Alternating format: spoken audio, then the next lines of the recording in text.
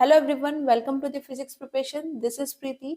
Last class में हम electricity chapter पढ़ रहे थे, क्लास 10 फिजिक्स का।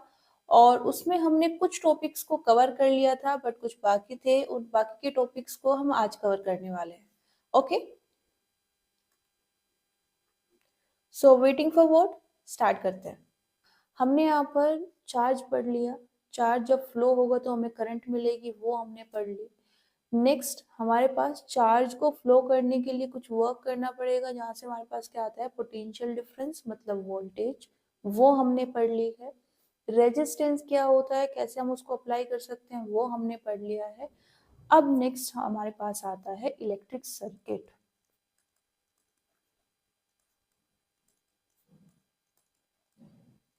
ये क्या है?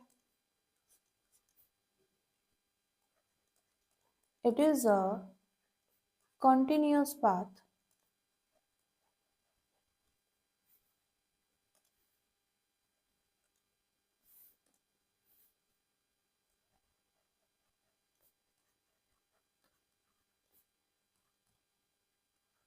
to flow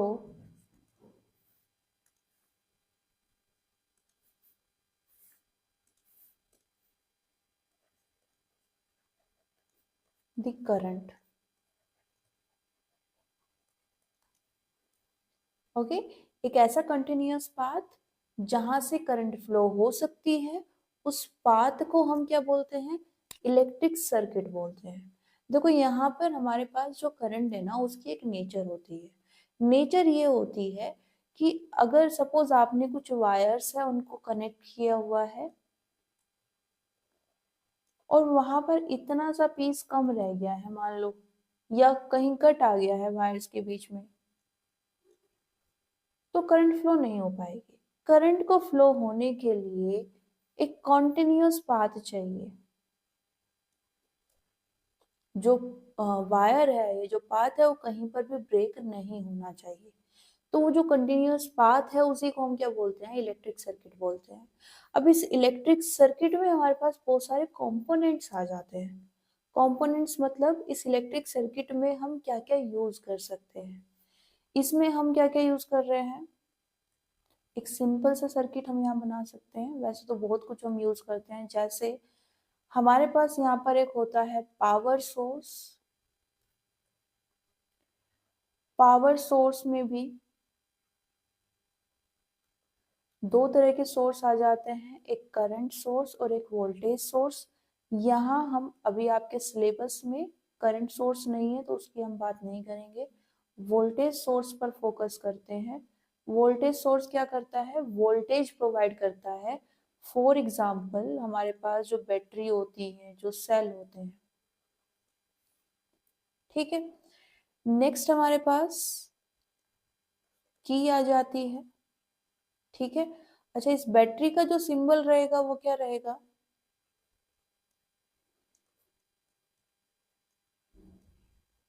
एक पॉजिटिव टर्मिनल और एक नेगेटिव टर्मिनल, ठीक है। जो ये बिग लाइन है, ये पॉजिटिव टर्मिनल को रिप्रेजेंट कर रही है और दूसरे वाले नेगेटिव टर्मिनल को, ठीक है। ये बैटरी का सिंबल होता है, बैटरी और सेल का। नेक्स्ट हमारे पास आती है की। इसको आप स्विच भी बोल सकते हो, प्लग भी बोल सकते हो, जो हम सर्किट में यूज करते हैं। इसका सिंबल होता है, अगर इस फॉर्म में है तो जो की है या जो प्लग है वो ऑफ है, ठीक है। इसको हम और क्या बोलते हैं? ओपन स्टेट भी बोलते हैं। जो की है वो ओपन है। अगर आपको ये कुछ इस तरह से दिया जाए, इसका मतलब होता है जो की है या प्लग है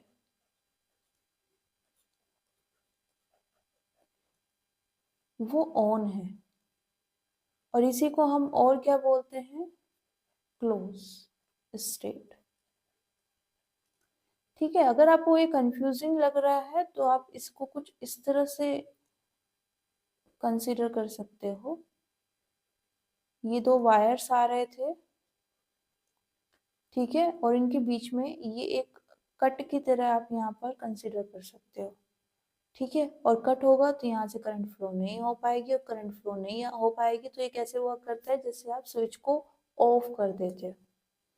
ठीक है, लेकिन यहाँ पर हम इसको एक और टर्म से रिप्रेजेंट कर रहे होते हैं, एक्सप्लेन कर रहे होते हैं, ओपन स्टेट। इसको हम क्या बोलते हैं, ओपन स्टेट। थोड़ा सा ऑपोजिट सिनेरियो लगता है जैसे हम यूजुअली स्विच की टर्म्स में बात करते हैं, राइट। अगर वो क्लोज है तो मतलब लाइट ऑफ है, और अगर ऑन है तो लाइट ऑन है। ठीक है, उसका ऑपोजिट यहाँ पर रहता है। अगर ये एक दूसरे से कनेक्ट हो जाए, कुछ इस तरह से हम इसको ड्रॉ कर सकते हैं, तो ये क्या हो जाएगी, क्लोज स्टेट। मतलब अब करंट फ्लो हो रही है क्योंकि जो वायर्स हैं वो एक दूसरे से कनेक्ट हो गए, कोई ब्रेकिंग पॉइंट नहीं है। ठीक है, नेक्स्ट हम यहाँ पर लाइट बल्ब को यूज कर सकते हैं। ओके, लाइट बल्ब क्या कर रहा होता है, जो करंट होता है उसे लाइट में और हीट में कन्वर्ट कर देता है। करंट को हम यहाँ पर इलेक्ट्रिक एनर्जी भी बोल सकते हैं। ठीक है, ये किस में कन्वर्ट हो जाती है, लाइट में और हीट में। कुछ लाइट बल्ब ऐसे होते हैं जो रूम को वार्म रखने के लिए, थोड़ा गर्म रखने के लिए यूज होते हैं। ठीक है, तो वहां पर वो लाइट कितनी प्रोवाइड कर रहे हैं मैटर नहीं करता है। जो प्रेफरेंस होती है उनको चूज करने की लाइट बल्ब्स को, वो क्या रहती है कि जो रूम है उसको थोड़ा वार्म रख पाए। नेक्स्ट, ये जो लाइट बल्ब है इसको हम लोड भी बोलते हैं यहाँ पर। ओके, तो ये हम यूज कर सकते हैं। रेजिस्टर हम यूज कर सकते हैं, डिवाइस जो होती है हमारे पास। एक रियोस्टेट हमारे पास होता है।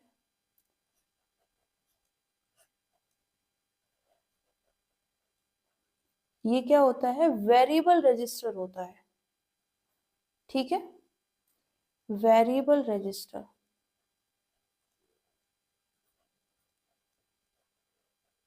मतलब काम वही करता है जो एक रजिस्टर करता है, लेकिन इसमें हम अकेली डिवाइस को एक बार आपने कनेक्ट कर दिया है, अब आप उस जो रेजिस्टेंस है जो वो प्रोवाइड कराएगा उसको कम या ज्यादा कर सकते हो। जो रजिस्टर होगा, मान लो इसमें जो इसकी वैल्यू है वो है 4 ओम, तो इसे 4 ओम प्रोवाइड कर सकता है। जो वेरिएबल रजिस्टर है मतलब रियोस्टेट है, ये इससे ज्यादा भी प्रोवाइड कर सकता है, इससे कम भी प्रोवाइड कर सकते हैं। मतलब इसकी एक लिमिट होती है, ये एक रेंज में वर्क करता है। मान लो ये हमारे पास दिया हुआ है 0 to 40 ओम। मैक्सिमम कितना रेजिस्टेंस प्रोवाइड कर सकता है, 40 ओम तक, मिनिमम 0। और ये 0 से 40 के बीच में भी रेजिस्टेंस प्रोवाइड कर देगा, तो एक कोई फिक्स वैल्यू नहीं है। इसीलिए हम इसको क्या बोलते हैं, वेरिएबल रजिस्टर भी बोलते हैं। और ये जो एरो का साइन है ये भी हम इसीलिए यूज करते हैं ताकि हम शो कर पाए कि इसकी वैल्यू चेंजेबल है। ओके, ओके, नेक्स्ट हम यहाँ पर एमीटर यूज कर सकते हैं। एमीटर को हम इस सिंबल से डिनोट करते हैं। ए लेटर यहाँ रिप्रेजेंट करता है एमीटर को, और ये क्या करता है,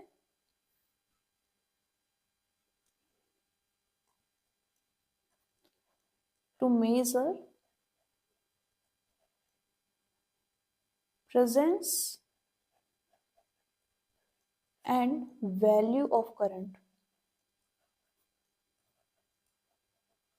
करंट है या नहीं है, तो कितनी है कौन बताएगा, एमीटर। एक और हम यहाँ पर डिवाइस यूज कर सकते हैं, वो क्या होती है, वोल्ट मीटर। कैसे रिप्रेजेंट करेंगे, इससे रिप्रेजेंट कर लेंगे। और यहाँ पर ये क्या करता है, टू मेजर वोल्टेज। ठीक है, एमीटर हमेशा सीरीज में कनेक्ट किया जाता है। एमीटर हमेशा सीरीज में कनेक्ट होगा। और जो वोल्ट मीटर है वो जहां पर हमें वोल्टेज चाहिए, ठीक है, मान लो मेरे पास ये एक रेजिस्टर है, ये इसका एक एंड है ए, ये इसका दूसरा एंड है बी। इस रेजिस्टर के अक्रॉस मुझे क्या चाहिए, वोल्टेज चाहिए। तो मैं क्या करूंगी, इसके एंड्स के बीच में वोल्ट मीटर को कनेक्ट कर दूंगी, और किसी के एंड्स के बीच में जब हम कुछ कनेक्ट करते हैं तो वो क्या होती है, पैरेलल स्टेट। ओके, तो जो वोल्ट मीटर है ये हमेशा कैसे कनेक्ट किया जाता है, इन दी पैरेलल।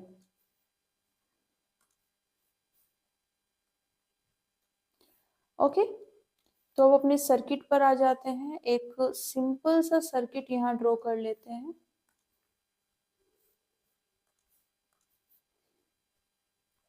सर्किट में एक रेजिस्टर हमने कनेक्ट कर लिया है, एक लाइट बल्ब हमने कनेक्ट कर लिया है। पॉइंट नोट करना, रेजिस्टर का भी रेजिस्टेंस होगा, इसको हम R1 लिख देते हैं। लाइट बल्ब का भी होगा, इसको हम R2 लिख देते हैं। नेक्स्ट मान लो हमारे पास यहाँ पर एक डिवाइस हमने कनेक्ट कर ली है, क्या है, एमीटर। एक वोल्टेज सोर्स हमें चाहिए होगा करंट को फ्लो कराने के लिए। एक की हमने यहाँ पर कनेक्ट कर ली है। ओके, मान लो एक और रेजिस्टेंस हम यहाँ कनेक्ट कर रहे हैं जिसके अक्रॉस हमें वोल्टेज चाहिए, तो हम यहाँ पर एक वोल्ट मीटर कनेक्ट कर लेंगे।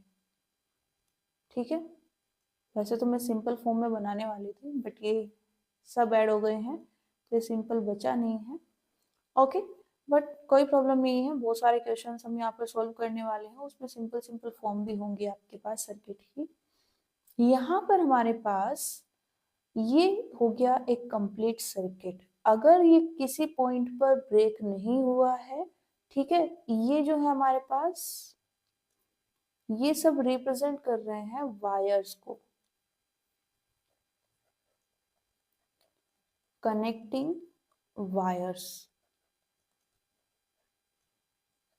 ठीक है, तो अगर वायर्स को आपने सही से कनेक्ट किया हुआ है, कहीं पर भी ब्रेकिंग पॉइंट नहीं है, तो ये जो पूरा सर्किट है, ये सॉरी ये जो पूरा पाथ है, कंटिन्यूअस पाथ, ठीक है, इससे करंट फ्लो होगी, और इसी को हम क्या बोलते हैं, इस पाथ को इलेक्ट्रिक सर्किट बोलते हैं। यहाँ पर एक पॉइंट नोट करना, जो आपके पास करंट फ्लो होगी वो हमेशा जो बैटरी है इसके पॉजिटिव एंड से स्टार्ट होते हुए दिखाई देगी। ठीक है, और पूरे सर्किट से पास होते हुए नेगेटिव एंड पर एंड होती हुई दिखाई देगी। हमेशा पॉजिटिव एंड से स्टार्ट होगी, नेगेटिव पर एंड हो जाएगी। ओके, नेक्स्ट है हमारे पास ओम्स लॉ। ओम्स लॉ के अकॉर्डिंग मान लो आपके पास एक कंडक्टिंग वायर है। ओके, ये सिंपल एक कंडक्टर है, और इस कंडक्टर के जो एंड्स हैं उनके बीच पोटेंशियल डिफरेंस मतलब वोल्टेज V है। ओके, ये हम एजम्पशन ले रहे हैं, और इस वायर में I करंट फ्लो हो रही है। ये क्या है, आपके पास एक कंडक्टिंग वायर।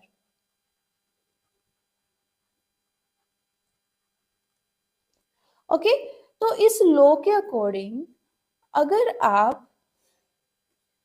टेम्परेचर को कांस्टेंट रखते हुए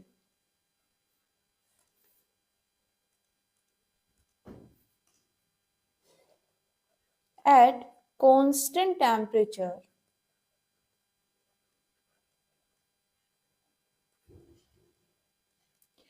इस वायर में फ्लो होने वाली वोल्टेज को इंक्रीज करना स्टार्ट कर दो या डिक्रीज करना स्टार्ट कर दो, तो उसी के प्रोपोर्शनैलिटी में जो आपके पास करंट है वायर में वो भी इंक्रीज और डिक्रीज होना स्टार्ट हो जाएगी। वोल्टेज को इंक्रीज करोगे तो करंट इंक्रीज हो जाएगी, वोल्टेज को डिक्रीज करोगे तो करंट डिक्रीज हो जाएगी।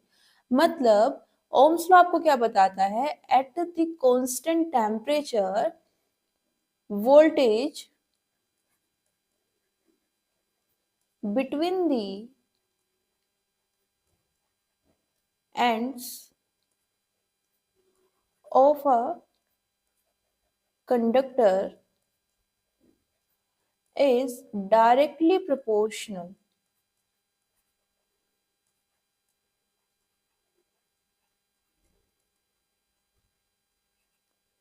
to the current in the, yeah, simple in it, in the conductor. Okay, मतलब आपके पास जो यहाँ पर वोल्टेज है वो किसके डायरेक्टली प्रोपोर्शनल है, करंट के। ओके, अब डायरेक्टली प्रोपोर्शनल है कब है, ये सिंपली यहाँ पर कंडीशन पूछ ली जाती है कि जो ओम्स लॉ है वो आप कब अप्लाई कर सकते हो, उसकी कंडीशन क्या है। तो कंडीशन क्या है कि जो टेम्परेचर है अक्रॉस दिस कंडक्टिंग वायर और of this conducting wire it should be constant. Temperature increase या डिक्रीज नहीं होना चाहिए। ओके ओके, अब यहाँ पर आपके पास प्रोपोर्शनैलिटी का साइन आ जाता है, इसको रिमूव करेंगे तो एक कांस्टेंट आएगा और यहाँ पर जो कांस्टेंट आपको मिलता है वो होता है R। और R हम पढ़ चुके हैं लास्ट क्लास में, क्या पढ़ा था हमने, रेजिस्टेंस। ओके, क्योंकि हम यहाँ पर कंडक्टर की बात कर रहे हैं तो यहाँ पर जो रेजिस्टेंस आएगा वो किसका होगा, कंडक्टिंग वायर का, ना कि किसी रजिस्टर का। ओके ओके, तो वैसे ये अप्लाई सब में हो जाएगा, रजिस्टर में भी हो जाएगा, बट हम यहाँ पर क्योंकि एग्जाम्पल कंडक्टिंग वायर का ले रहे हैं इसलिए मैं यहाँ पर बोल रही हूँ कि ये जो रेजिस्टेंस है किसको रिप्रेजेंट कर रहा है, resistance of the conducting wire. वैसे ये लो हर आपके पास जितनी भी डिवाइस है इलेक्ट्रिक डिवाइस उन सब में एप्लीकेबल होता है। ओके, कुछ एक्सेप्शंस आते हैं बट वो आप नेक्स्ट क्लास में पढ़ लोगे 12th में, उनको यहाँ स्टडी करने की नीड नहीं है। ओके ओके, तो यहाँ पर आपके पास एक फॉर्मूला आ गया, इसमें V क्या हो गई, जो वायर है उसके एंड्स के बीच वोल्टेज या पोटेंशियल डिफरेंस, करंट हो गई I, और R क्या हो गया, रेजिस्टेंस। अब एक चीज नोट करना, यहाँ पर जो रेजिस्टेंस है वो कांस्टेंट है, ठीक है।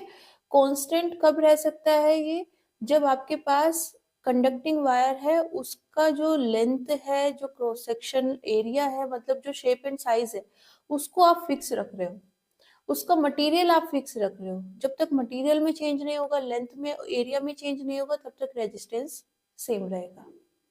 ओके, तो यहाँ पर हमारे पास R कांस्टेंट है, ये आपको याद रखना है। बाकी हम रेजिस्टेंस को पढ़ चुके हैं, अगर रेजिस्टेंस चेंज होगा तो किस किस सिचुएशन में चेंज हो सकता है ये भी हम स्टडी कर चुके हैं। अगर वैसी कोई सिचुएशन दी है देन डेफिनेटली आप चेंज करोगे, अदरवाइज एज इट इज रखोगे। ओके, तो फर्स्ट क्वेश्चन तो यहाँ से इसी फॉर्मूला पर बन जाएगा। ओके, जो सेकंड टाइप का यहाँ से क्वेश्चन बनता है वो होता है ग्राफ का। यहाँ पर आपके पास ये जो फॉर्मूला आया है ये रिप्रेजेंट करता है लाइन की इक्वेशन को, इक्वेशन ऑफ लाइन आपने मैथ्स में पढ़ी होगी, ये होती है y equals to m x. इसको थोड़ा सा समझ लेते हैं क्योंकि इस पर बेस्ड क्वेश्चंस बहुत इंपॉर्टेंट होते हैं। आपके पास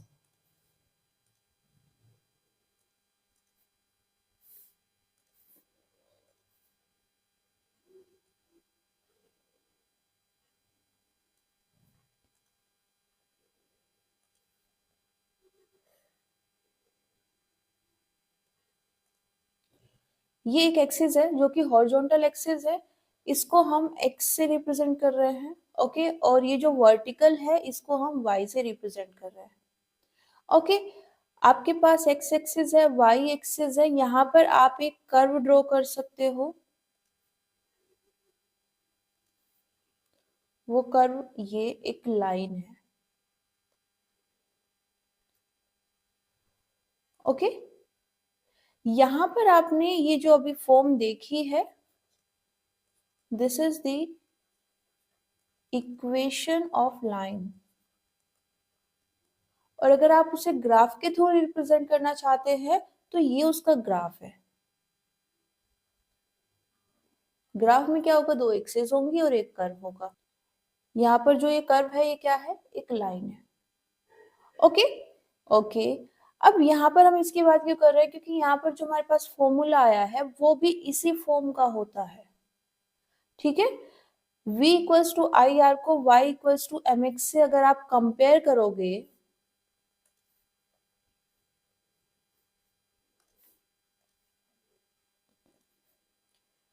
तो यहाँ पर आपके पास एक ग्राफ आ जाएगा।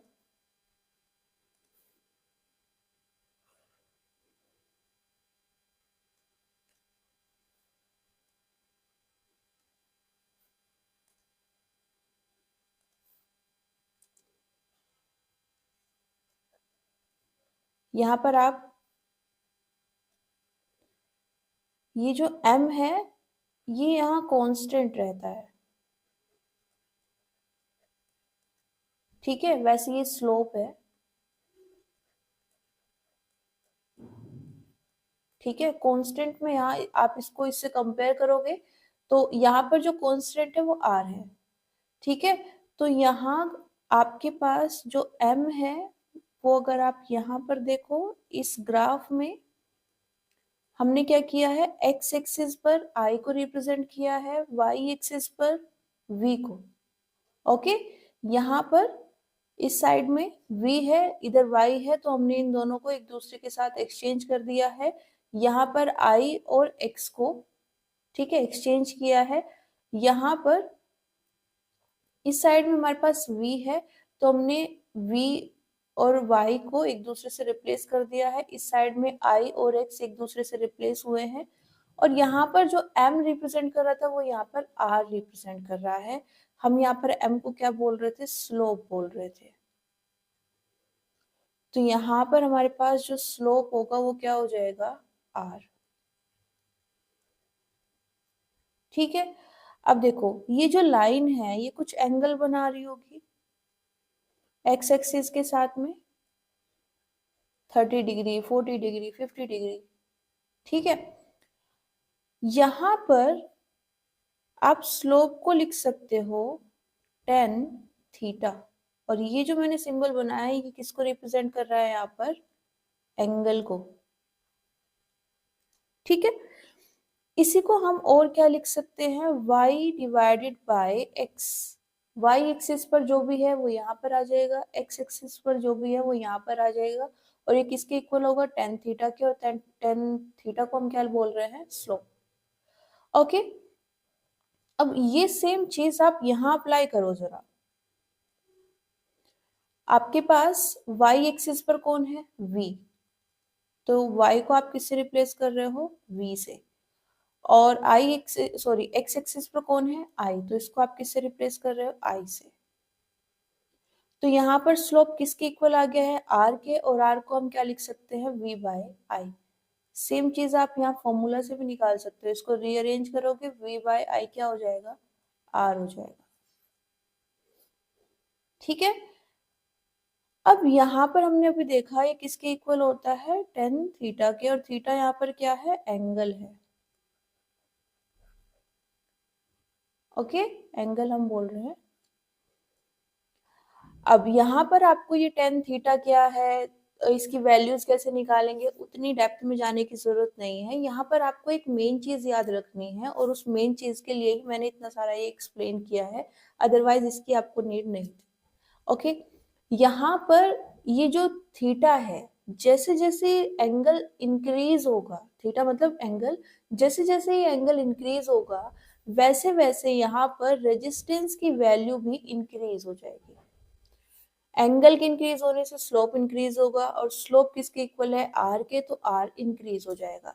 तो यहाँ पर आप क्या बोल सकते हो, जो एंगल है वो डायरेक्टली प्रोपोर्शनल है आर के। ये मेन यहाँ पर रिलेशन है आपके पास,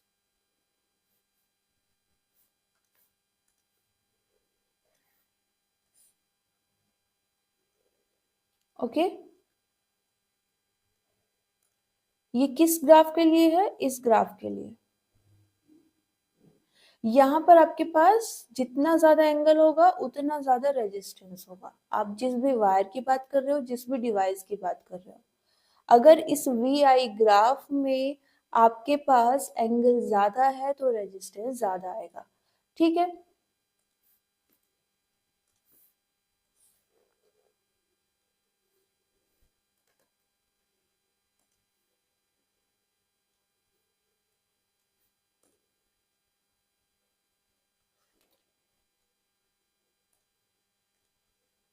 अब इसी में एक और चीज देख लेते हैं। अगर हम इनको किस तरह से रिप्लेस कर रहे हैं, एक्स एक्सिस पर v को ले आए और y एक्सिस पर i को, ये क्या था, V I graph, Y axis पर v है और एक्स एक्सिस पर i। ये क्या हो गया, आई वी ग्राफ। यहाँ पर y एक्सिस पर i है और x एक्सिस पर v है। अब अगेन आ जाओ आप यहाँ पर, स्लोप क्या होगा इस बार, स्लोप होगा अगेन tan थीटा के इक्वल, और ये हम क्या लिख रहे थे, y बाय x। y यहाँ पर इस बार i हो जाएगा और x v। ठीक है, क्या ये r के इक्वल है, नहीं, हमने यहाँ पर पढ़ा है v equals to I R होता है। तो अगर हम i बाय v करें, i बाय v करें तो ये किसके इक्वल आ जाएगा, 1 बाय r के इक्वल आ जाएगा। इन्हीं को हम एक्सचेंज कर रहे हैं। ओके, तो यहाँ पर क्या हो जाएगा, ये इस बार 1 बाय r। तो अगर यहाँ पर एंगल इंक्रीज होगा तो स्लोप बढ़ जाएगा, और ये वाली वैल्यू अगर बढ़ रही है, क्योंकि ये स्लोप इस बार किसके इक्वल आ रहा है, 1 बाय आर के इक्वल आ रहा है, तो स्लोप के बढ़ने का मतलब है रेजिस्टेंस कम हो रहा है।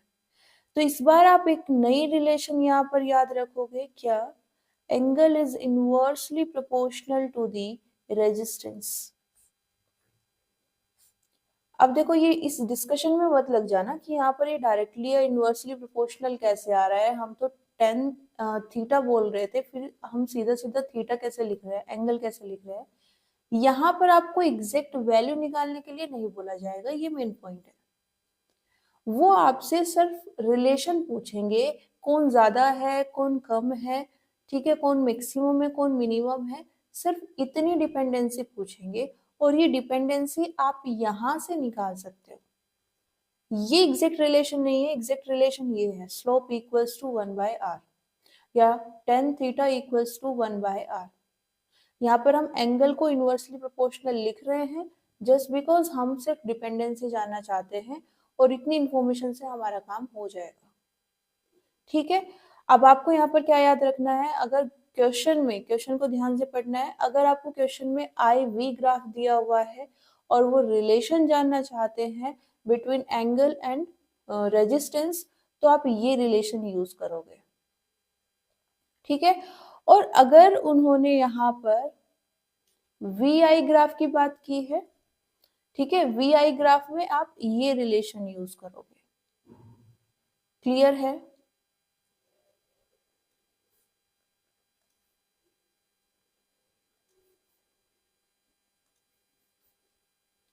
यहाँ पर ये पूरी जो इंफॉर्मेशन है ये एक्स्ट्रा है। ठीक है, अगर आपको समझ आती है तो अच्छी बात है, नहीं आती है तो सीधा सीधा ये रिलेशन याद कर लेना, दैट्स इट, क्योंकि रिलेशन आपको पता होना बहुत जरूरी है। ओके ओके, क्वेश्चंस पर आ जाते हैं। फर्स्ट क्वेश्चन है हमारे पास, let resistance of an electrical device remain constant while the potential difference across its two ends decreases to 1/3 of its initial value. What change will occur in the current through it? आपके पास एक electrical device है। अब देखो, जब उन्होंने mention कर दिया electrical device है, तो डेफिनेटली उसका शेप एंड साइज तो आप चेंज नहीं करोगे, राइट, और वो उन्होंने लिख भी दिया है कि रेजिस्टेंस फिक्स है, बट अगर वो ये इन्फॉर्मेशन नहीं भी दे रहे हैं तो भी सीधी सी बात है, आप उसका शेप एंड साइज चेंज नहीं करोगे, मतलब वहां पर जो रेजिस्टेंस है उसका वो फिक्स रहेगा। तो यहाँ पर आर क्या है, कांस्टेंट है, फर्स्ट इंफॉर्मेशन। दूसरा इन्होंने बोला है कि ये जो डिवाइस थी इसके एंड्स के बीच में जो पोटेंशियल डिफरेंस था, इन्होंने उसको डिक्रीज कर दिया है। कितना डिक्रीज हुआ है ये इन्होंने बताया है, लेकिन इनिशियली कितना था ये नहीं बताया है। तो हमेशा याद रखना, इस टाइप के जितने भी क्वेश्चन आते हैं इस फॉर्मूला पर बेस्ड या अदर किसी फॉर्मूला पर बेस्ड, वो इंक्रीज या डिक्रीज कर रहे हैं, उन्होंने आपको कोई वैल्यू नहीं दी है, तो आपको कंसीडर करना है। लास्ट क्लास में भी एक क्वेश्चन हमने ऐसा किया था, वहां पर भी ये मैंने आपको मेंशन किया था कि अगर कुछ नहीं दिया है तो इनिशियल वैल्यूज आप एज्यूम कर लो, मान लो यहाँ पर इनिशियली पोटेंशियल डिफरेंस कितना था, V, V1 equals to V। Okay, और फाइनली इन्होंने कितना कर दिया है, V2 बोल देते हैं। इनिशियल वैल्यू का 1/3, 1/3 मतलब 1/3 डिक्रीजेस टू 1/3। ठीक है, फाइनल वैल्यू 1/3 हो चुकी है, तो ये V। अब ये क्या जानना चाहते हैं, what change will occur in the current through it। ये चेंज जानना चाहते हैं कितना हुआ है करंट में। और जब भी आपको से कोई भी चीज पूछी जाएगी इन टर्म्स ऑफ चेंज, आपको क्या करना है, उसकी जो फाइनल वैल्यू है उसमें से इनिशियल वैल्यू को सब्ट्रैक्ट कर देना है। फाइनल वैल्यू को बोल देते हैं I2, इनिशियल वैल्यू को बोल देते हैं I1, क्योंकि 1 और 2 की फॉर्म में हम यहाँ पर रख रहे हैं इसको। तो हमें यहाँ पर क्या चाहिए, I2 भी चाहिए और I1 भी चाहिए। ठीक है, ओके, तो कौन सा फॉर्मूला अप्लाई करें, R कांस्टेंट है, वोल्टेज और करंट की बात हो रही है, तो जब भी R कांस्टेंट होगा सीधे सीधे हम ओम्स लॉ अप्लाई कर सकते हैं, from V equals to IR। ठीक है, फर्स्ट सिचुएशन के लिए अप्लाई कर सकते हैं इसको पहले, V1 equals to I1R। Second के लिए अप्लाई करेंगे V2 इक्वल्स टू I2R। क्या करेंगे, डिवाइड कर देते हैं। डिवाइड करने से क्या होगा, इस टाइप के क्वेश्चंस में जो चीजें सेम है वो कैंसिल आउट हो जाएंगी। Okay,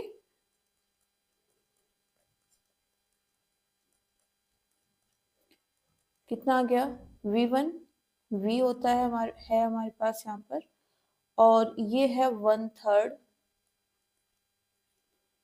equals to I1 divided by I2। कितना हो जाएगा ये, I1 divided by I2 equals to 3।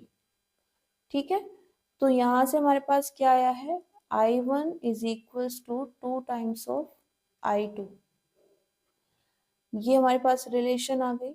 Initially current कितनी थी हमें नहीं पता है, ठीक है, बट हमारे पास एक रिलेशन आ गई है कि जो भी है अब फाइनली करंट उसका 2 टाइम्स अगर हम करते तो हमारे पास इनिशियल करंट आ जाएगी। हमें क्या करना है, इस फॉर्मूला को यहाँ से लेना है, इक्वेशन नंबर 1 बोल देते हैं इसको, फ्रॉम 1 ये हो जाएगा del I equals to I2 minus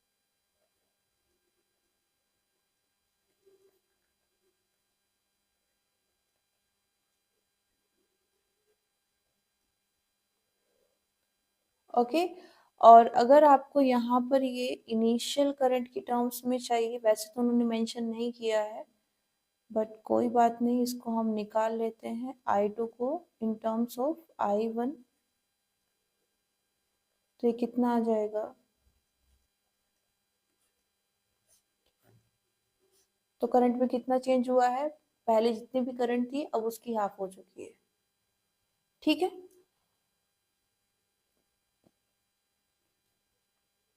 अब देखो यहाँ पर ये जो नेगेटिव है, ये साइन क्या बता रहा है, इसका मतलब ये नहीं है कि यहाँ पर जो करंट है वो उसकी डायरेक्शन को मेंशन कर रहा है, नहीं, ये बता रहा है कि जो फाइनली यहाँ पर करंट आई है वो डिक्रीज हो चुकी है।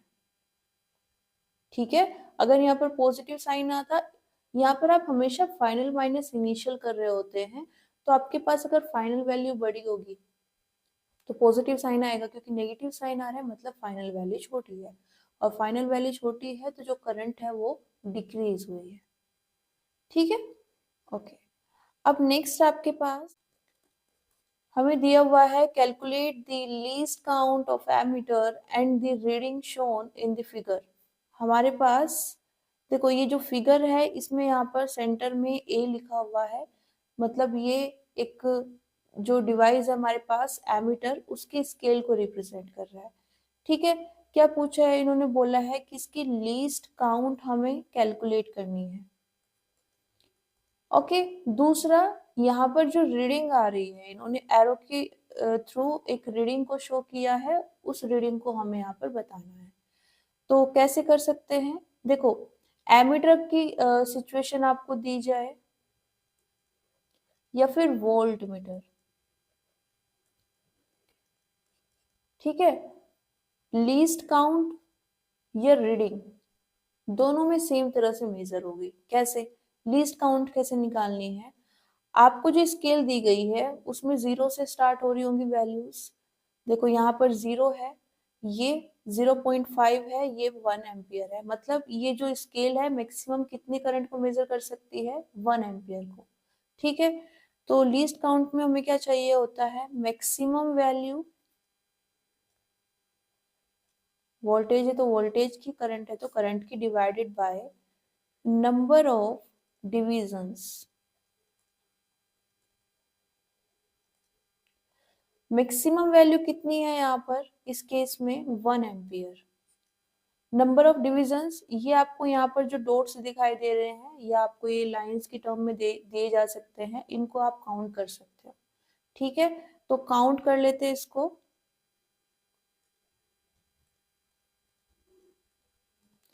ये 20 है, तो यहाँ पर ये आ जाएगा least count of this ammeter 1/20 ampere. Next, reading. देखो रीडिंग कैसे निकालनी है? एरो जहां तक भी आ रहा है उन डॉट्स को या उन लाइंस को काउंट कर लो। मतलब आपको चाहिए नंबर ऑफ डिवीजन। इस बार टोटल नहीं चाहिए, यहाँ पर हम टोटल बात कर रहे थे, टोटल नंबर ऑफ डिवीजन। यहाँ पर नंबर ऑफ डिवीजन और उसको मल्टीप्लाई करेंगे लीस्ट काउंट से। यहाँ पर एरो कितने पर, कौन सी डॉट पर है? 1 2 3 4 5 6 7, 7 पर है। तो कितने डिविजन्स आ रहे हैं? 7। लीस्ट काउंट से मल्टीप्लाई करेंगे तो कितना आ जाएगा? 7/20। और यूनिट एम्पियर है तो एम्पियर। सिमिलरली आप वोल्ट मीटर की भी रीडिंग मेजर कर सकते हैं। ओके।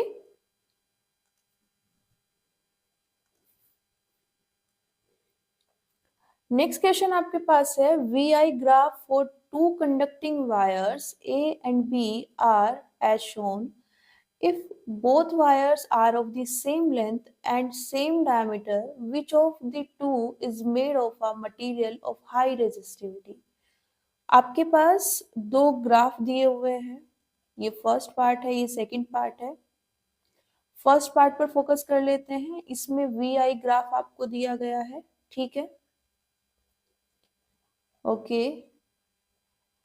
इस वी आई ग्राफ में इन्होंने दो लाइंस को शो किया है और ये दोनों लाइंस दो अलग अलग कंडक्टिंग वायर्स हैं। ठीक है, और ये दोनों अलग अलग मटेरियल के बने हुए हैं। दोनों की लेंथ सेम है, डायमीटर सेम है, मतलब एरिया सेम है। ओके, तो दोनों सेम लेंथ के वायर हैं, दोनों की थिकनेस सेम है, लेकिन मटेरियल चेंज हो गया। ओके, इन्होंने मटेरियल डिफरेंट लिया हुआ है। तो ये क्या पूछ रहे हैं? किसकी रेजिस्टिविटी ज्यादा है ये बताना है। सॉरी, दोनों ग्राफ में से कौन सा वायर हाई रेजिस्टिविटी का है ये मेंशन करना है। ठीक है, हमने यहाँ पे फॉर्मूला पढ़ा था, R equals to rho L by A. R कब चेंज होगा? L चेंज हो जाए, यहाँ पर तो फिक्स है। एरिया चेंज हो जाए, ये भी फिक्स है। मटेरियल चेंज हो जाए तो भी R चेंज हो सकता है। तो यहाँ पर जो R है वो किस पर डिपेंड कर रहा है? सीधे सीधे रेजिस्टिविटी पर। हमें क्या चाहिए? High resistivity. तो जिसकी हाई रेजिस्टिविटी होगी उसका रेजिस्टेंस भी हाई होगा। ओके, ओके, तो एक ये रिलेशन आ गई। हमें क्या करना है? हमारा मोटिव क्या था? हाई रेजिस्टिव वाला वायर बताना है। ओके, वायर ए की रेजिस्टिविटी ज्यादा है या वायर बी की? हमने उसको थोड़ा सा शिफ्ट कर दिया है, हम रेजिस्टिविटी से रेजिस्टेंस पर आ गए हैं। जिसका रेजिस्टेंस ज्यादा होगा उसकी रेजिस्टिविटी ज्यादा होगी। ओके, नेक्स्ट स्टेप क्या करना है? क्योंकि यहाँ पर हमें ग्राफ दिया हुआ है, ग्राफ से हम एंगल बता सकते हैं और एंगल की हेल्प से हम रेजिस्टेंस बता सकते हैं। ओके, यहाँ पर देखो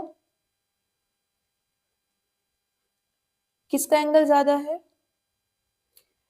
इसको मैं यहाँ पर एंगल 1 लिख लेती हूँ, एंगल ए लिख लेता है। और इसको एंगल बी, कौन सा एंगल ज्यादा है? एंगल बी ज्यादा है। Angle B is greater than angle A. और वी आई ग्राफ के लिए हमने अभी एक रिलेशन देखी थी। वी आई ग्राफ के लिए हमारे पास जो एंगल होता है वो डायरेक्टली प्रोपोर्शनल होता है आर के। तो जिसका एंगल ज्यादा है उसका रेजिस्टेंस भी ज्यादा है। मतलब यहाँ पर resistance of wire B is greater than resistance of wire A. और अभी हमने इस रिलेशन से क्या देखा कि जिसका रेजिस्टेंस ज्यादा है उसकी रेजिस्टिविटी भी ज्यादा है। सो हम ये कंक्लूड कर सकते हैं कि वायर बी की रेजिस्टिविटी ज्यादा है as compare to wire A. This is the answer. Okay, अगर आपसे पूछा जाए रीजन लिखने के लिए, ओके तो क्योंकि बहुत सारे क्वेश्चंस में वो मेंशन करके रखते हैं कि आंसर दे दो, ठीक है, रिजल्ट बता दो, बट साथ में रीजन भी बता दो कि ऐसा क्यों हुआ है। तो ऐसा इसलिए हुआ है क्योंकि यहाँ पर जो एंगल है वो किसके डायरेक्टली प्रोपोर्शनल है? रेजिस्टेंस के। और जो रेजिस्टेंस है वो किसके डायरेक्टली प्रोपोर्शनल है? रेजिस्टिविटी के। ओके ओके, सेकंड पार्ट में आ जाते हैं। सेकंड पार्ट में हमारे पास सेम सिचुएशन है, लेकिन इस बार इन्होंने क्या किया है, आई वी ग्राफ आपको दिया हुआ है। और आई वी ग्राफ में क्या होता है, जो एंगल होता है वो इनवर्सली प्रोपोर्शनल होता है रेजिस्टेंस के। ओके, यहाँ पर अगर आप नोटिस करोगे, यहाँ पर भी अगर हम एंगल्स की बात करें तो angle B is greater than angle A. Okay, जिसका रिजल्ट यहाँ पर क्या निकालेंगे हम इसकी हेल्प से,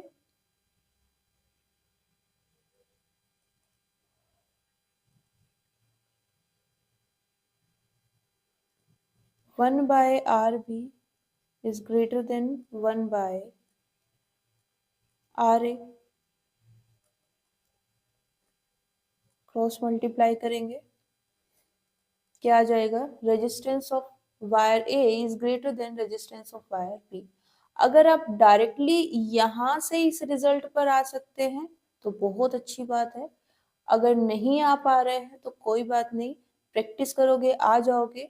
आपको ये वाला स्टेप उसके लिए हेल्प करेगा। ओके, जो भी आपके पास रिलेशन है उसको एज इट इज यहाँ पर प्लेस कर दो, क्रॉस मल्टीप्लाई कर दो अगर रिक्वायरमेंट है, ठीक है। और यहाँ पर आपके पास फाइनल रिजल्ट आ जाएगा। हमें तो रेजिस्टिविटी चाहिए, तो रेजिस्टिविटी तो अभी भी किसकी डायरेक्टली प्रोपोर्शनल है? रेजिस्टेंस के।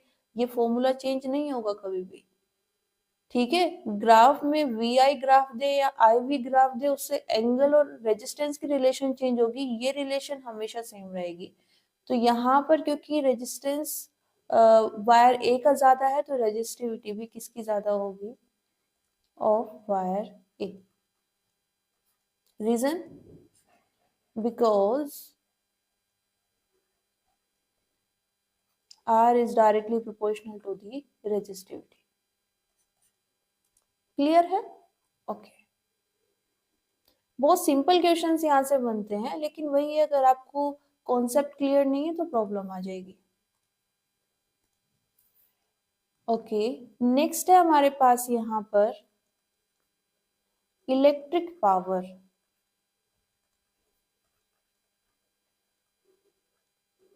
देखो, जब हम यहाँ पर फर्स्ट चैप्टर पढ़ेंगे फिजिक्स का, रिफ्लेक्शन एंड रिफ्रैक्शन, तो उसमें भी पावर आती है, लेकिन वहां जब भी आपसे पूछा जाएगा पावर के बारे में, वो लेंस को मेंशन करके रखेंगे कि वो किसकी पावर की बात कर रहे हैं।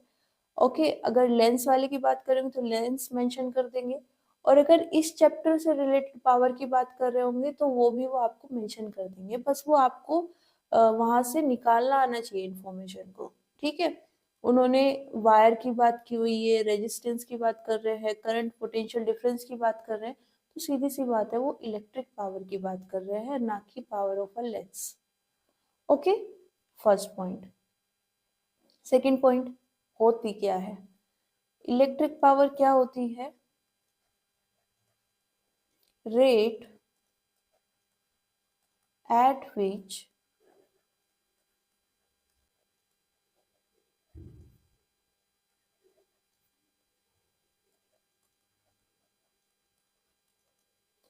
देखो यहाँ पर इलेक्ट्रिक पावर क्या हो जाएगी, rate at which electric energy is consumed और transfer to the circuit.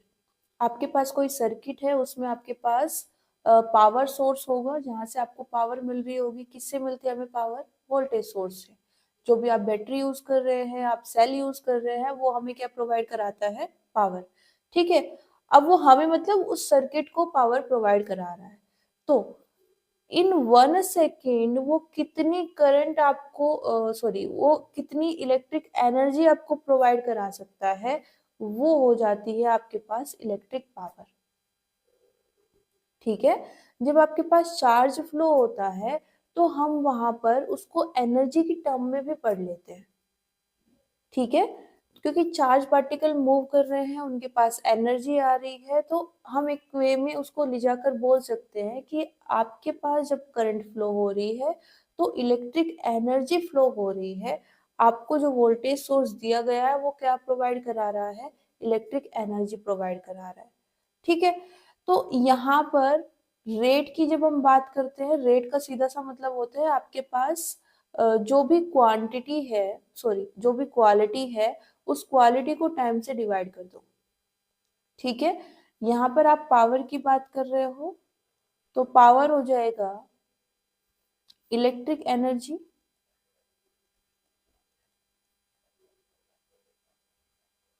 Divided by time.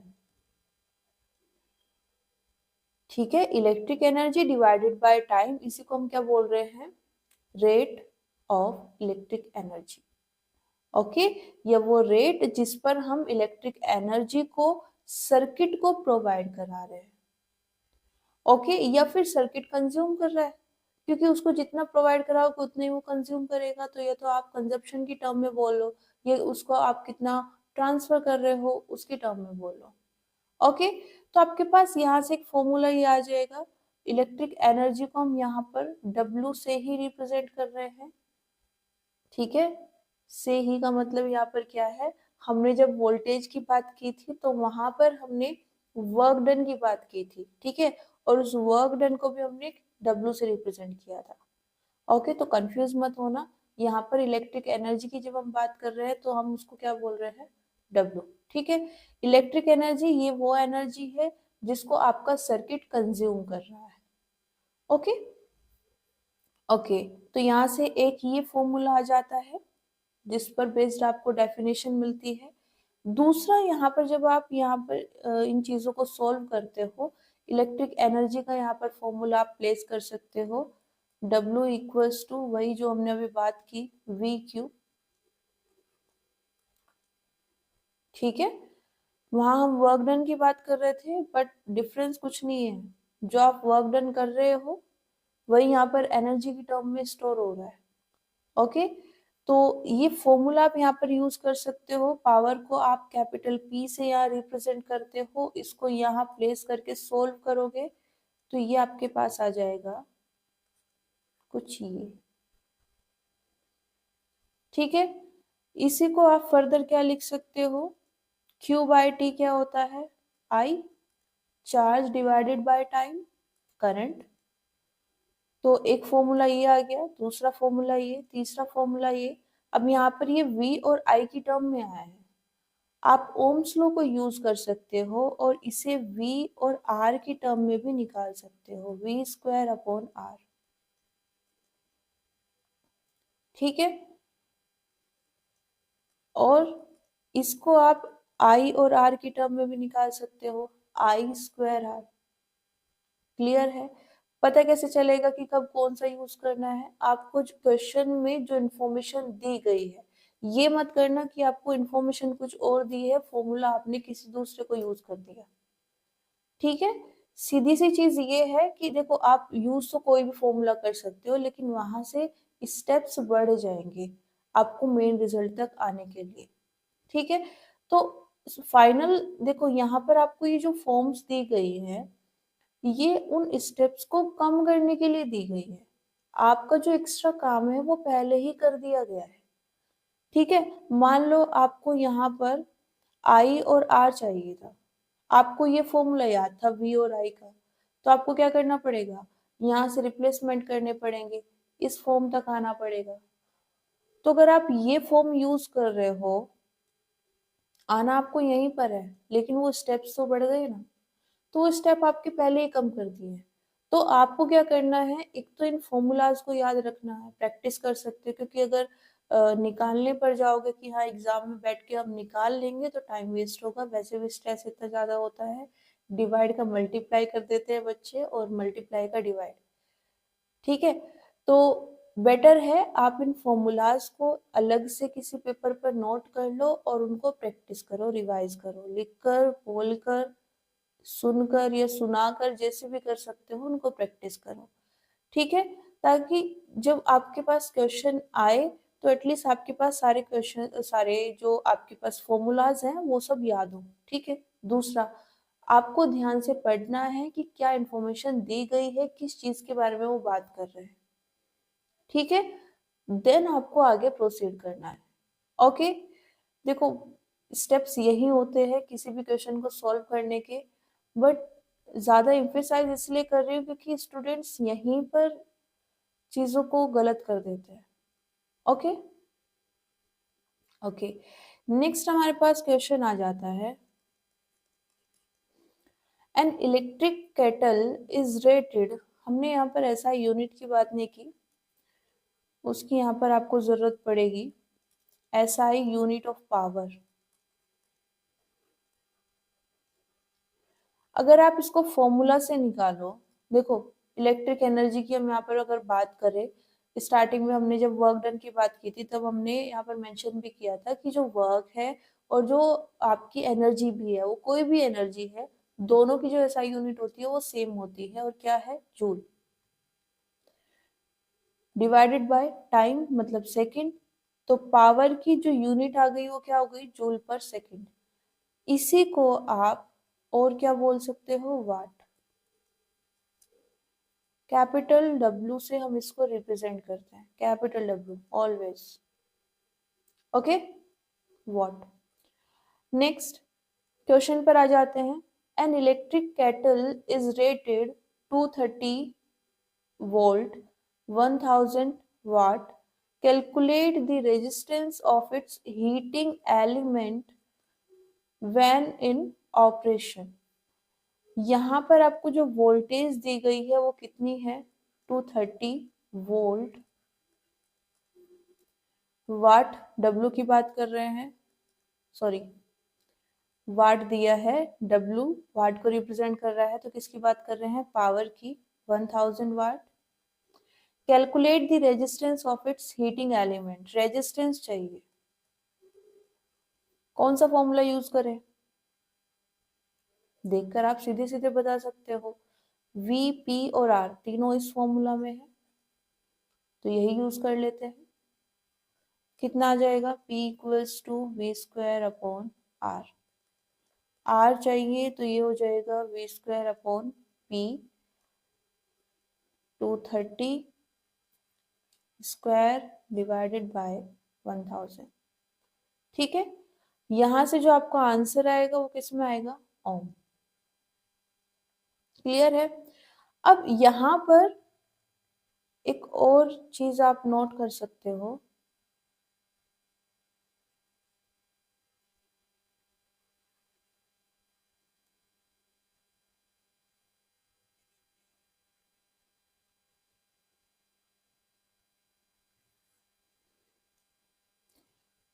यहाँ पर एक वर्ड इन्होंने मेंशन किया है, रेटिंग। जो भी डिवाइस ये यूज कर रहे हैं उसमें रेटिंग वर्ड इन्होंने मेंशन किया है, और उसके बाद इन्होंने लिखा हुआ है 230 वोल्ट एंड 1000 वाट। इसका मतलब क्या है, इसका मतलब ये है, फर्स्ट थिंग, जो आपको डिवाइस दी गई है, ठीक है, जिसकी रेटिंग की बात कर रहे हैं, उसको अगर आप इतनी वोल्टेज प्रोवाइड कराओगे तो वो इतनी पावर कंज्यूम करेगी। ठीक है, अगर कम वोल्टेज प्रोवाइड करा रहे हैं तो कम पावर कंज्यूम करेगी। ठीक है, तो एट 230 वोल्ट पावर कंजप्शन कितना हो जाएगा?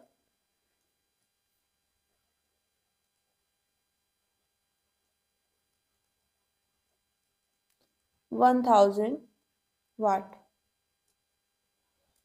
दूसरा मतलब जो इसका है वो ये है कि वो जो डिवाइस है उसकी maximum voltage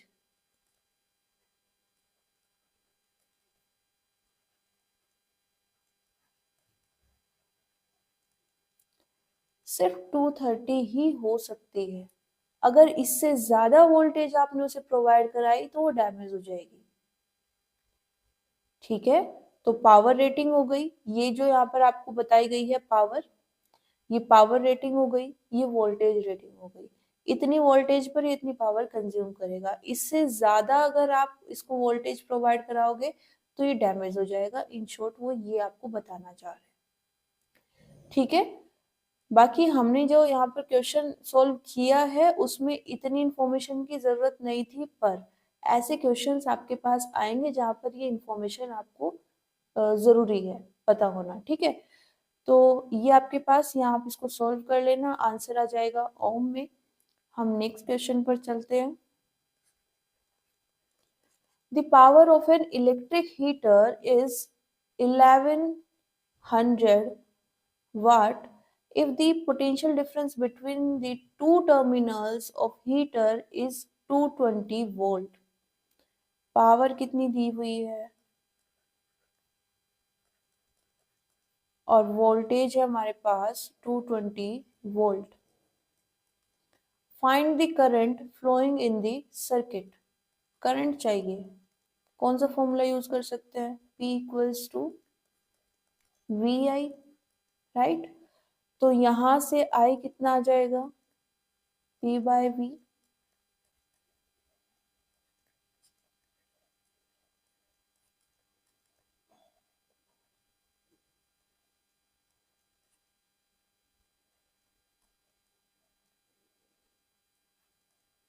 okay,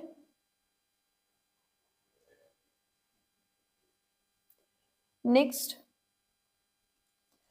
what will happen to an electric fuse of rating 5 ampere connected in this circuit?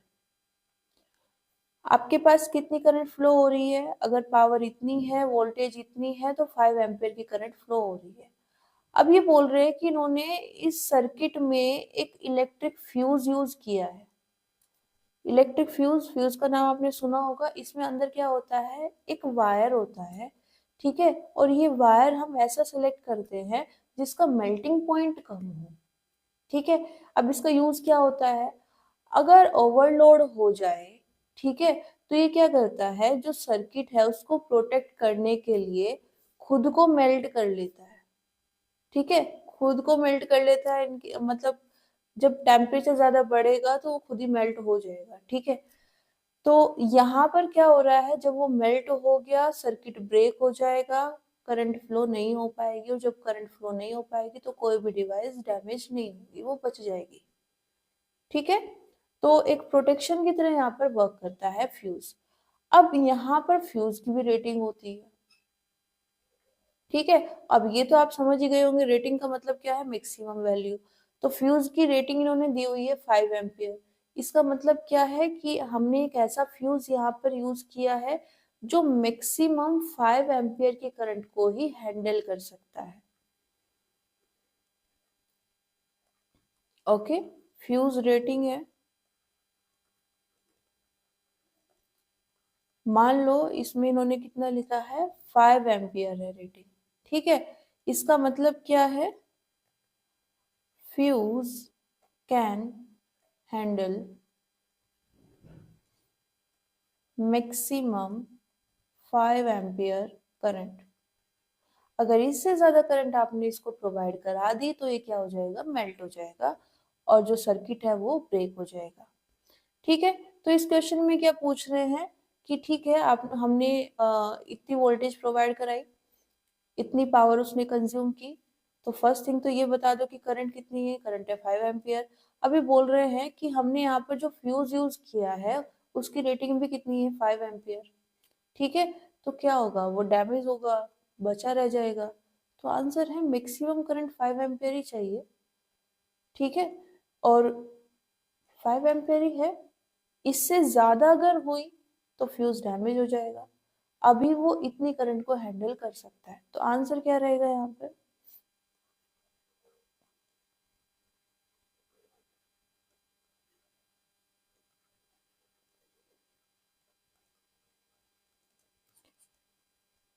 ठीक है, तो वो प्रॉपरली वर्क करेगा, इस 5 एम्पियर करंट को वो हैंडल कर सकता है। ओके, इससे ज्यादा हुई तो उसको हैंडल नहीं कर पाएगा। Next question, an electric heater of resistance 10 ohm draws a steady current of 5 ampere from the service mains for 2 hours। यहाँ पर आपके पास रेजिस्टेंस दिया हुआ है 10 ओम है, करंट फ्लो हो रही है 5 एम्पियर, और कितने टाइम के लिए, 2 आवर्स के लिए। Find the power of this heater.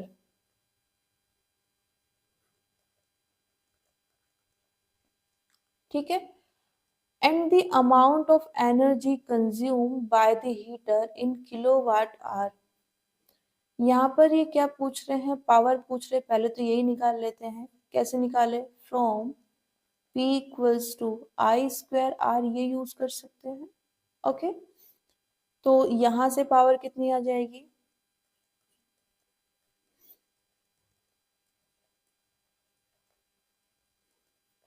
ये पावर आ गई।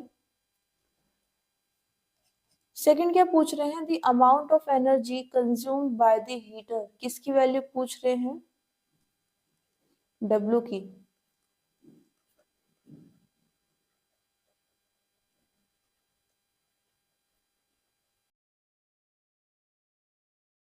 कैसे निकालें, हमारे पास फॉर्मूला क्या था, P equals to W by T।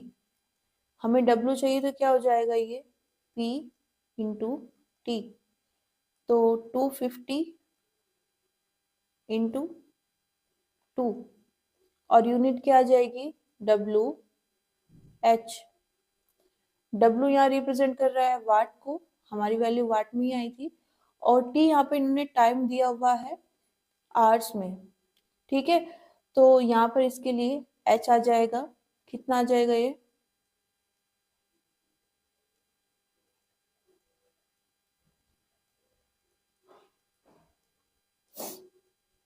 Okay. ये किस में पूछ रहे हैं, किलोवाट आवर में। किलोवाट आवर मतलब क्या, KWH यहाँ रिप्रेजेंट कर रहा है किलो वाट आवर, और इस किलो को हम यहाँ लिख सकते हैं 1000, साथ में क्या आ जाएगा, वाट, और ये आर। ठीक है, तो ये इसमें जानना चाहते हैं, कैसे निकालें इसमें, 1000 की मल्टीप्लाई कर दो, 1000 से डिवाइड कर दो, क्योंकि हमें यहाँ 1000 चाहिए। तो क्या करेंगे, जो एक्स्ट्रा है उसको 500 के साथ ले आएंगे, और ये 1000 को इसके साथ में रखेंगे, तो ये कितना हो जाएगा पूरा,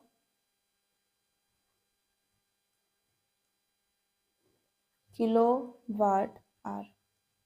ये कितना आ गया, 1/2।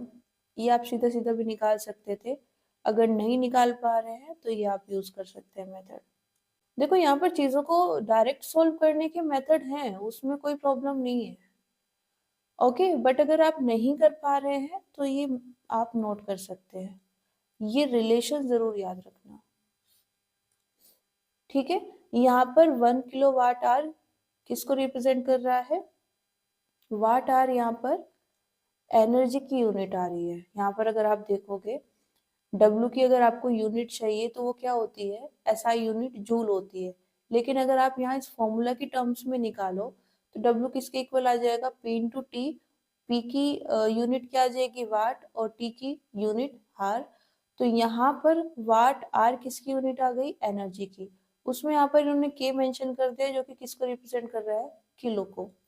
ठीक है, इसी को ये और क्या बोल सकते हैं, 1 यूनिट। 1 किलो वाट को ही हम क्या बोलते हैं, 1 किलो वाट आर को ही हम क्या बोलते हैं, 1 यूनिट। 1 यूनिट आपने ये वर्ड सुना होगा, जो घर में इलेक्ट्रिसिटी के मीटर लगे होते हैं, ओके, उसमें हम यूनिट्स की टर्म में बात कर रहे होते हैं। ठीक है, कि कितनी यूनिट्स आ रही है। ठीक है, रीडिंग्स में जब हम बात करते हैं 50 यूनिट्स है, 10 यूनिट्स है, ओके, तो वो 10 यूनिट का मतलब कितना होता है, 10 इंटू 1 किलो वाट आवर। 10 को 1 किलो वाट आवर से मल्टीप्लाई कर रहे होते हैं। तो यहाँ पर ये क्वेश्चन में अभी तो उन्होंने सीधा सीधा लिख दिया कि किसकी टर्म्स में जानना है, किलोवाट आवर की। वो और क्या बोल सकते हैं कि यूनिट्स की टर्म में जानना है। तो यूनिट्स की टर्म में अगर हम इसी को आगे निकाले तो कितना आ जाएगा, किलोवाट आवर को ही तो हम क्या बोलते हैं, यूनिट बोलते हैं। तो ये आ गया यूनिट। ओके, नेक्स्ट क्वेश्चन है हमारे पास, an electric oven is design to work on the mains voltage of 220 volt. तो यहाँ पर ये बात कर रहे हैं एक इलेक्ट्रिक ओवन की, जो कि कितनी वोल्टेज पर वर्क कर रहा है, 220 वोल्ट। और ये देखो यहाँ पे इन्होंने यूनिट्स वर्ड यूज किया है, this oven consumes 11 units of electrical energy. किसकी बात कर रहे हैं, W की, जो एनर्जी कंज्यूम हुई है, कितनी, 11 यूनिट्स। 11 यूनिट्स मतलब kWh। ठीक है, नेक्स्ट, कितने टाइम के लिए, 5 आवर्स के लिए। T कितना है, 5 आवर्स।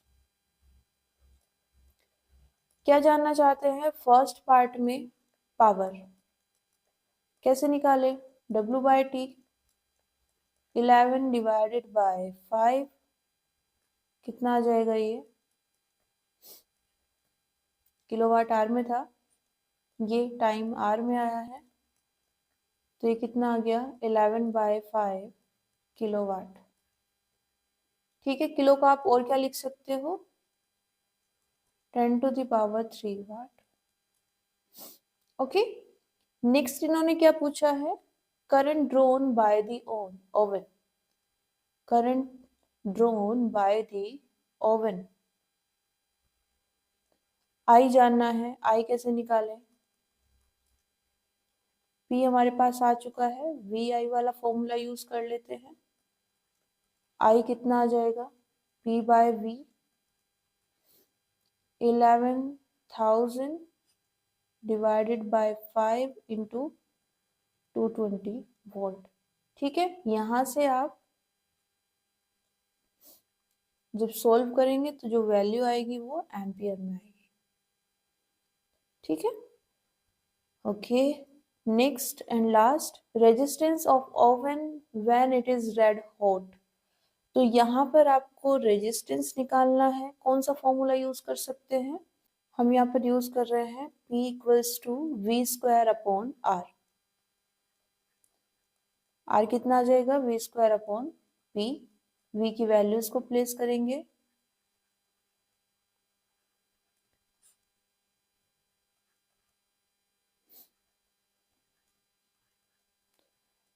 इसको सोल्व करोगे तो आंसर आएगा ओम में। ठीक है, आई वाली फॉर्म भी आप यहाँ पर यूज कर सकते थे, कोई प्रॉब्लम नहीं है। ओके, सेम आंसर आएगा। तो इसी के साथ आज की क्लास को एंड करते हैं, मिलते हैं नेक्स्ट क्लास में। सी यू सून।